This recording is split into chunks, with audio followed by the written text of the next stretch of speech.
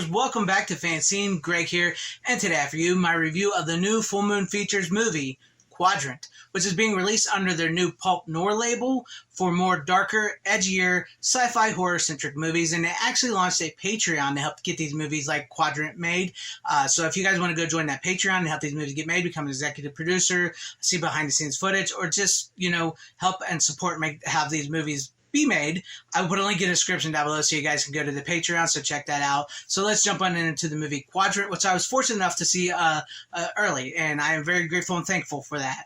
So the movie was directed and produced by the godfather of B-movies, one of my all-time favorites, Charles Band, and it was actually written by C. Courtney Joyner, who did Puppet Master 3 for you Full Moon fans, and he's also written and done a lot of other really cool stuff on special features and movies and stuff like that. He's really cool. So this movie essentially is about this young girl named Erin who has a obsession, a fascination, as it were, with Jack the Ripper and an image she keeps seeing in her head. So she goes to these scientists, Harry and Meg, who invented this Quadrant machine. It's like a virtual reality type helmet that goes on her head to face her fears or anxieties or whatever it is in their own little world, to face it head on and work these things out.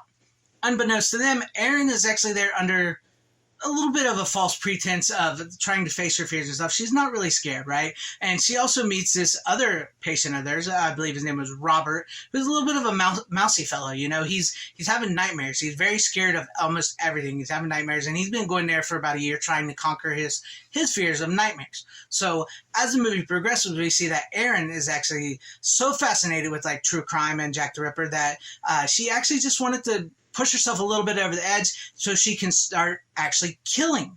She's really just this evil person.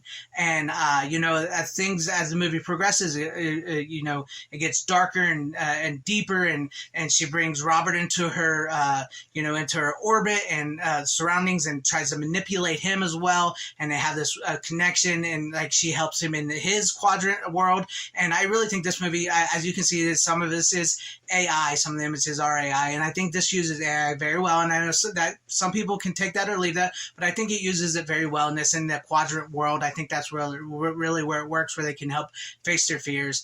And so as the movie progresses, it gets darker. There's murders, and this is something I'm surprised that nobody's really ever thought of before. Is with the rise of like true crime and how women like to watch true crime shows and are fascinated with serial killers and stuff, that it took this long to make a movie where a woman who's sort of so obsessed with that type of stuff becomes like a slasher serial killer herself.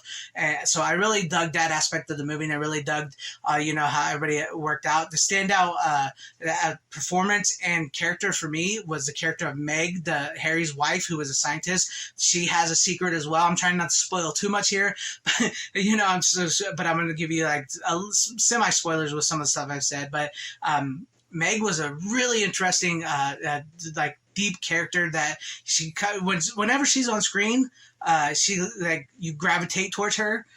She's this very compelling character, and you're wondering what her secret is, and her, back and forth with Erin, her character, which is also a very compelling character, because as the movie progresses, she gets darker, more psychotic, and she kind of gets this connection with the machine, the helmet, the quadrant helmet, and the machine and the world, and really weird things start to happen between that, and not only in the real world, but also in the quadrant world, and with her and Robert and Megan, and it all boils to this epic conclusion. And I really think this is like the evolution of Full Moon. From watching this really seems like the next step for Full Moon, because yes, it does still have that sort of like Charles Band Full Moon 90s-esque feel to it, but it also with a little bit of a Flatliners type feel to it. If you guys know that movie, Flatliners, it feels a little in that vein, but this really does feel much darker. After watching Charles Band's last movie, Amy the Visitor, which I really liked, it was like sort of this erotic thriller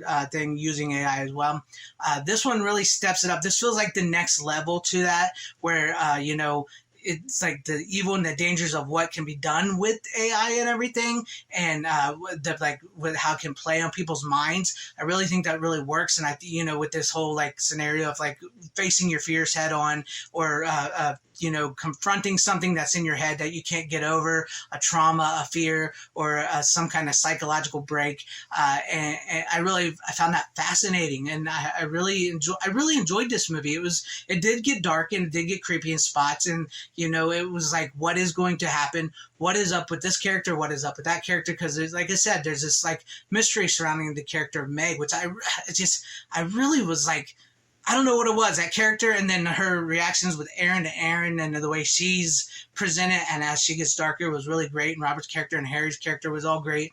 So it was really well done. The direction was really well made, and this clocks in at about an hour, and I want to say like an hour and 15 minutes, which is a little longer than some of the newer full moon features that have been coming out, which I really like that as well, because it gives us a little more time with the characters and the story as it progresses. So it gives us enough time to get into it. And this, once again, Charles Band and Full Moon knows their audience, so they give them what you want. It does have that little bit of eroticism to it, and nudity and stuff like that, but it has at the core of it, of the movie, I really thought that there was a great little psychological, like, what is in our heads, what can it do, and if we play with like technology like this, what will we bring out into the world? I don't know if that's what they were going to, but that's what I got out to. I was like, what will we bring out into the world if we have some kind of like this in our head, and if we were allowed to explore it through these like weird AI images and stuff, and then have a connection to the computer, and then what we could bring out. It really gets dark, and I felt like it got kind of deep, and then I just really enjoyed it, and I thought this was really great, really well done. And if this is the next step, the next evolution of full moon features with these more darker, edgier horror sci-fi type movies like this, was still like that full moon flair, because it still had like that full moon flair and flavor to it, because I still felt like it was like a 90s full moon movie with a bit of flatliners, like I said, but I also felt like it did get darker, it did get scarier, it did get a little more into deeper than I expected it to. So I really enjoyed it, and I really enjoyed the performances, and it was a great story. It was great fun. Well, I can't really say fun. To me, when I say fun, that means I liked the movie. It did get dark and scary, so I really enjoyed the movie that way, and I enjoyed the performances, everything.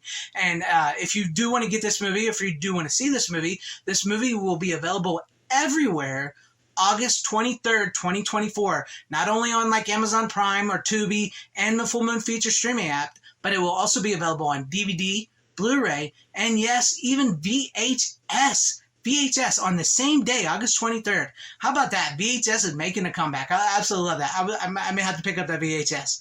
I really do. I may have to get that, because this was a fun movie, and it'd be kind of interesting to see that on VHS on my little tube TV. But there you guys have it. There's my review for Quadrant, the new Full Moon Features movie under the Pulp Noir label. But let me know what you guys thought about this review, and any thoughts or comments you have in any way, shape, form on this review and this video in the comment section down below. And also, I will put a link in the description as well, too, if you guys want to go pre-order the movie on DVD, Blu-ray, or VHS, along with the Patreon link to Pulp Noir for Full Moon to help other Pulp Noir movies be made. And if you liked what you saw here, maybe consider hitting that like button or subscribing and hitting that bell for notifications. That would be awesome if you're in your guys' subscriptions, or possibly share the video out for everybody to see, or join and become a channel member, because that would help out my channel immensely. Thank you, and shout out to all my channel members. I appreciate each and every one of you guys. Thank you guys for being channel members here, and for all of your support. And to everybody watching, whether you like me, hated me, or liked this video, or hated this video, I thank you for sticking this long. Wherever you all are, please have a great, safe, happy, healthy day, morning, afternoon, evening, and night. And always support physical media, because it truly is the superior format. Godspeed.